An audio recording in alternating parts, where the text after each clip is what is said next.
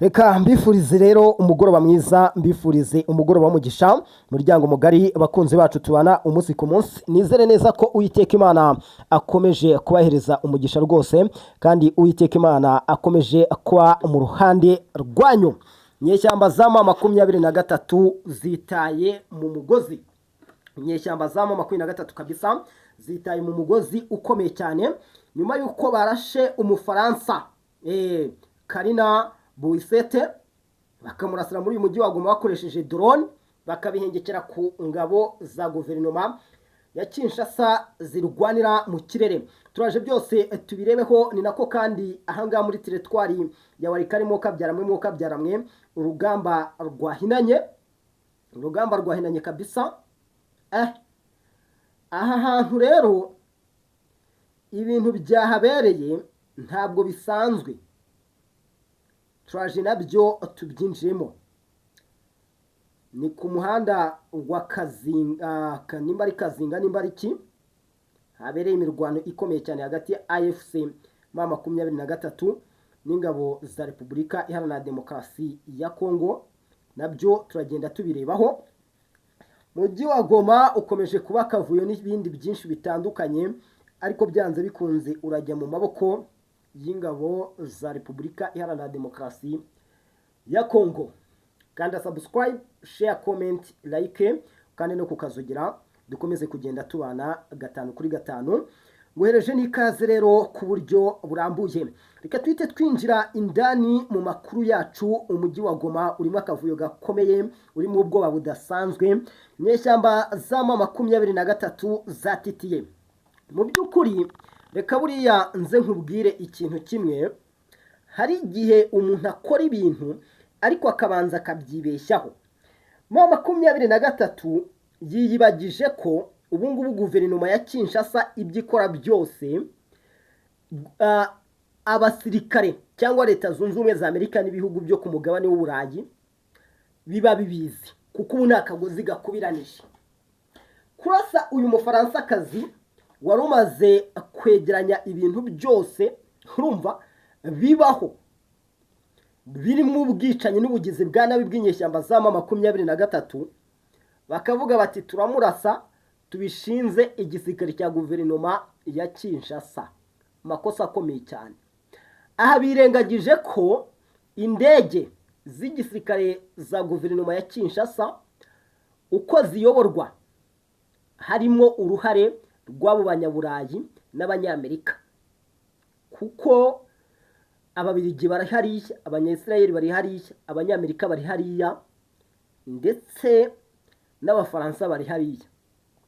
Ubwo rero M23 bitewe n'uburyo yamaze kuzengerezwa n'ibinyoma, yatekereje ko iyi ndege bari buze kubyegeka kuri guverinoma ya Kinshasa. Uyu mugore mu by'ukuri Karina Buisete yakubiswe n'indege kabisa muri iki gitondo. Barakubwira ko iyi ndege yavuye ku ruhande rwa M23. Ku bijyanye n'urupfu rwa Karina Buisete, ibimenyetso bigaragaza ko ibintu byateguwe neza na AFC M23. Nyuma yo gusesengura ibyabaye byose, bigaragaza ko M23 ariyo yagize uruhare muri ibi byabaye. Bakubiswe n'indege zitagira abapilote, barataka hose ariko nta n'umwe ngo wabateze amatwi. Noneho bahimbiye inkuru yo gushinza Kinshasa. Muri video zose z'ibitero bya drone za Kinshasa nta muriro ubaho. Nko muri video ya ku bitero bya Wiringoma nta muriro wabayeho.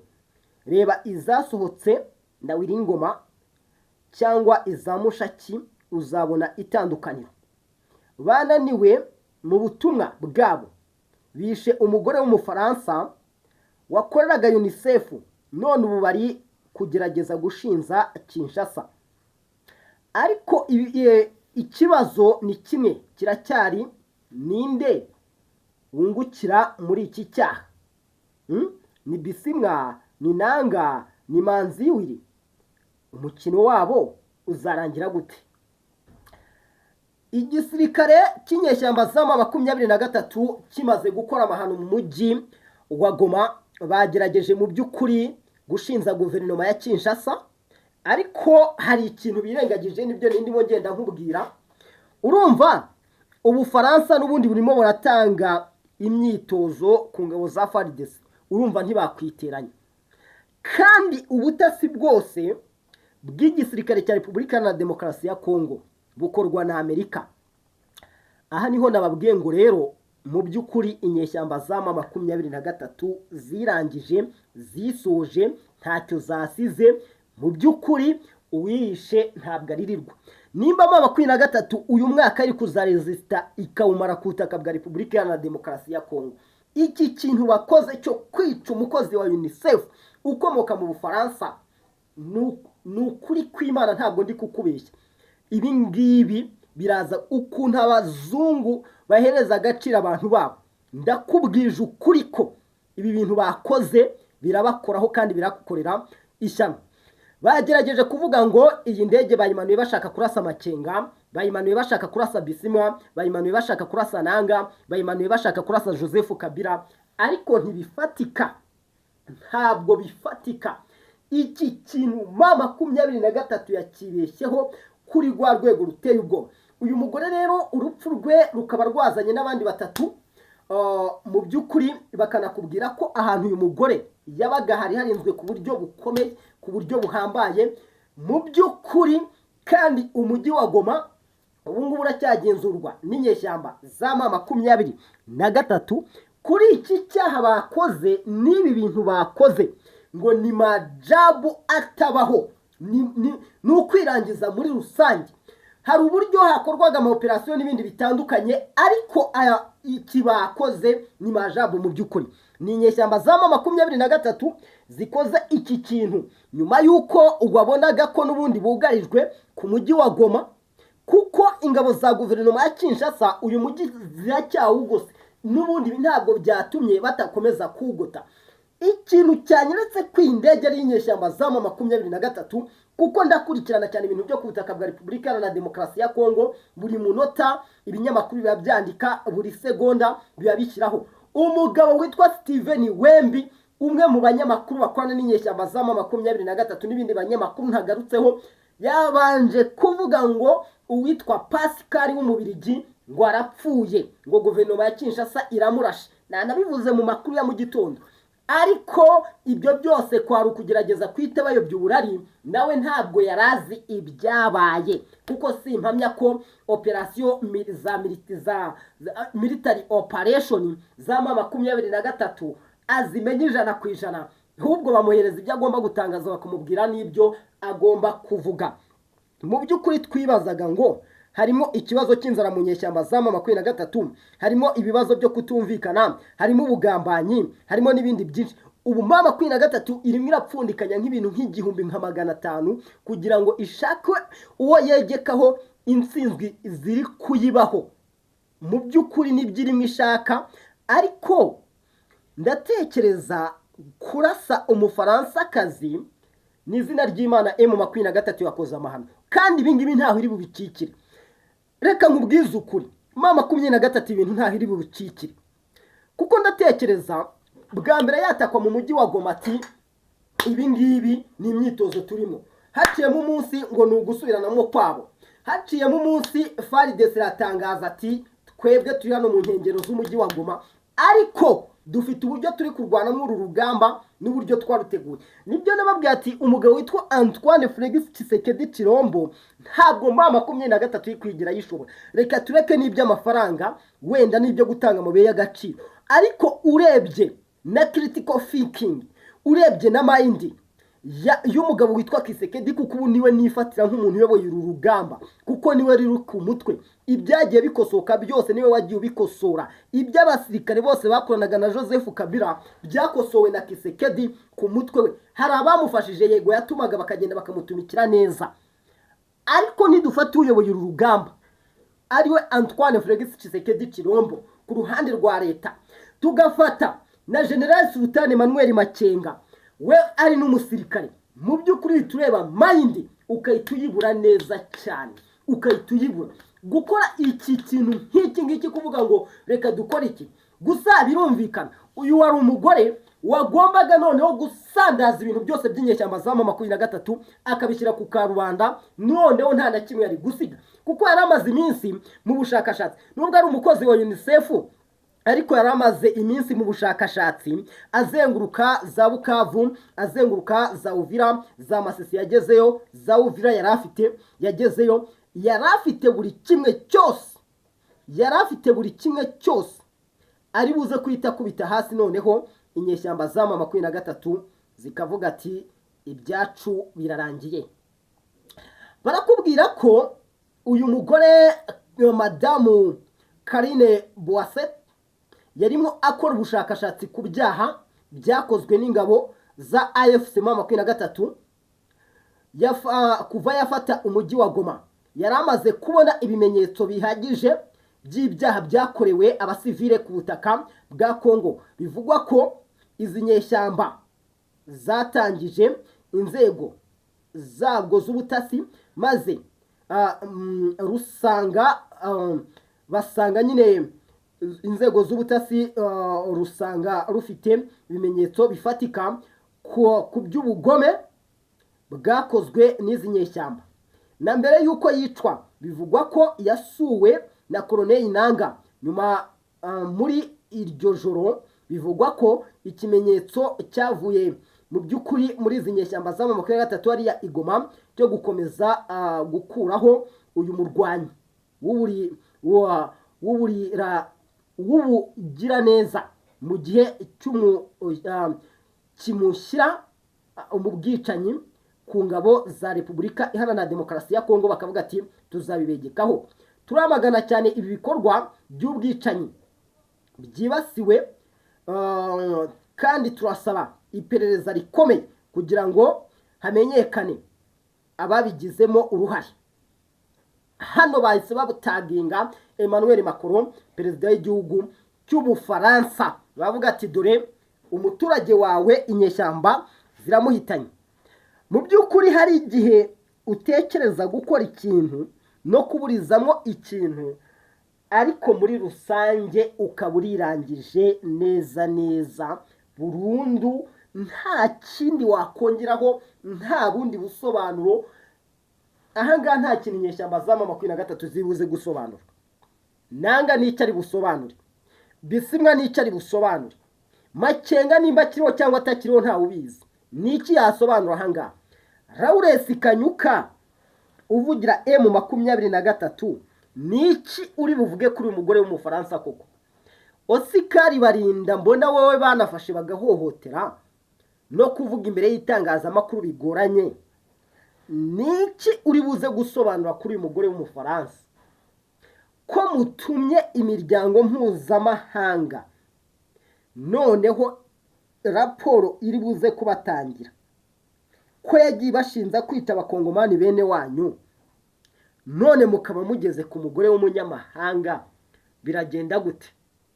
Kwica umumerisoneri itoke w'umuzungu birumvikana, bo bari bafite imbunda bari mu ntambara, mwari muhanganye. Ariko se uyu we murabivugaho iki? Buriya rero baravuga ngo umutego mutindi ushibuka nyirawo akiwirebera. M23 ikoze, nimba hari amwe mu makosa bakoze, iri ni ryo kosa rya mbere rikomeye inyeshyamba za M23 zikoze. Birabibyuya ntibibe amaraso. Goma, Warikare na Gicanga ku ikarita y'umutekano kuwa gatatu tariki ya 11 Werurwe 2026, kuva mu gitondo cyo kuri wa gatatu tariki ya 11 Werurwe hatangiye kuvugwa imirwano mikumbi mu itsinda rya Rubereki muri teritwari ya Warikare muri Kivu y'Amajyaruguru. Nkuko amakuru aturuka mu nzego z'ibanze rero z'umutekano abivuga, ni imirwano yatangiye ahagana saa 9 za mu gitondo nyuma y'igitero cy'inyeshyamba za AFC M23 ku birindiro by'ingabo za Repubulika Iharanira Demokarasi ya Kongo, FARDC n'inshuti zazo mu by'ukuri nyina bazarendo bafatanije. guhanahana inkongi cyangwa guhanahana amasasu byatumye imodoka zikomeza guhagarika ingendo zazo ku muhanda witwa Muganzi Kashebere. Imirwano yakomeje mu nkengero za Mukumbi kugeza nyuma ya saa sita. Abayobozi n'abashinzwe umutekano barasaba abaturage gukomeza kuba maso mu gihe bategereje ibindi bikorwa bikomeje kubera kuri butaka n'ibikorwa by'ubutabazi. Ahangaha ni muri teritwari ya Walikale Mwafuramwe hakomeje kugenda naho habera imirwano ikomeye. Iyi mirwano ije ikurikira indi mirwano yari yabaye maze inyeshyamba za M23 zikamenengana zikanyonyomba zikava mu gace bita Mikore zigahungira muri Ihura ni igice gihuza teritwari ya Rucuro ndetse na Walikale, aho niho inyeshyamba za M23 zabonye ubuhungiro. Kugeza kuri ubu ngubu rero nk'uko bigaragara nuko bivugwa n'ubundi imbaraga z'inyeshyamba za M23 na morale biracyari bike cyane. Ibya Walikale ni mumbabare tubishyire ku ruhande twikomereze mu mujyi wa Goma. Muri uyu mujyi wa Goma havuzwemo n'urupfu rwa General rwa coordinateur uyu mugabo bita Colonel Nanga. Ntabwo ari Colonel, ni Colonel Nanga. Uyu mugabo nyuma yuko M23 ikoze majabu avuze ati reka dushake ibindi tuvuga. Bashakaga kurasa Kabila, bashakaga kurasa Nanga, bashakaga kurasa runaka. Mana ishobora byose, M23 reka mbabwize ukuri, reka tujye ku mavi tuyisengere kuko nta kindi twayikorera. Nge ubwanjye usibye n'igitutu mpuzamahanga kibariho, usibye n'izo ngabo z'abacanshuro zibariho, usibye n'ibi bitero biri kwica abayobozi babo, noneho ikintu bakoze sinzi operasiyo ziri buze gukorwa. Cyakora umuntu watanze iri tegeko akicara agatanga iri tegeko mu by'ukuri ntabwo akunda inyeshyamba za M23 kuko yashakaga kuzibambisha. Reka tuve ku bya guverinoma ya Kinshasa wenda tubyirengagize, bavuga ngo itegeko ryaturutse i Kigali, ariko sinabihamya cyangwa ngo mbihakane, reka mbigire 50-50, ariko siraturuka i Kigali. Ubu ngubu iryatangwa nandi ryo kuvuga ngo reka turase Umufaransa. Ibi bihugu uyizi neza, nimba babizi neza ko ibyo bimenyetso byari bihari kandi barabikoze, nibura iyo bashaka uburyo bakora operation ikomeye cyane ntibakoreshe drone ko nibura byari kuba akandi kabo. Gusa muri iyi minsi n'ubundi urareba mu nyeshyamba za M23 ugasanga ibintu ntibimeze neza, ugasanga ibintu ntibyifashe neza, ugasanga ntibavuga rumwe, ugasanga ibintu byose yegere. Ninde ufata umwanzuro ntabwo wamumenya, ninde wahunze n'abayobozi. Barakubwira ko uwo muyobozi se ubundi tunavugisha ukuri, uwo muntu muvuga ngo guverinoma ya Kinshasa yagiye gushaka mu mujyi wa Goma. Ubu hari uyobewe ko Bertrand Bisimwa, hari uyobewe ko Colonel Nanga, hari uyobewe ko abayobozi b'inyeshyamba za M23 bamaze ibyumweru 2 umujyi wa Goma barawuhunze, barawuvuyemo, baragiye ko n'ibintu by'ingenzi babyimuye hariya. Ubwo se nuko hari ubiyobewe? Nta ubiyobewe. Reka nze nkubwize ukuri, ntabwo guverinoma ya Kinshasa yakora ikosa nk'iri ngo bagabe igitero ku muyobozi wa UNICEF. Ntabwo babikora. Ntabwo guverinoma ya Kinshasa ishobora gukora aya makosa, ntabwo bishoboka. Impamvu bidashoboka ni iyi ngiyi, barabizi neza ko ibyo bihugu nibyo biri kubarwanira. N'ikintu nyine nababwiye M23 yibagiye ko hariya mu bikorwa byose by'igisirikare cya guverinoma ya Kinshasa hari abafata imyanzuro bakavuga ngo reka dukora iki. Iri naryo perereza ryoroshye, ni naryo perereza ryoroshye gukora no gushyira mu bikorwa. Uzi impamvu ari ryo perereza ryoroshye?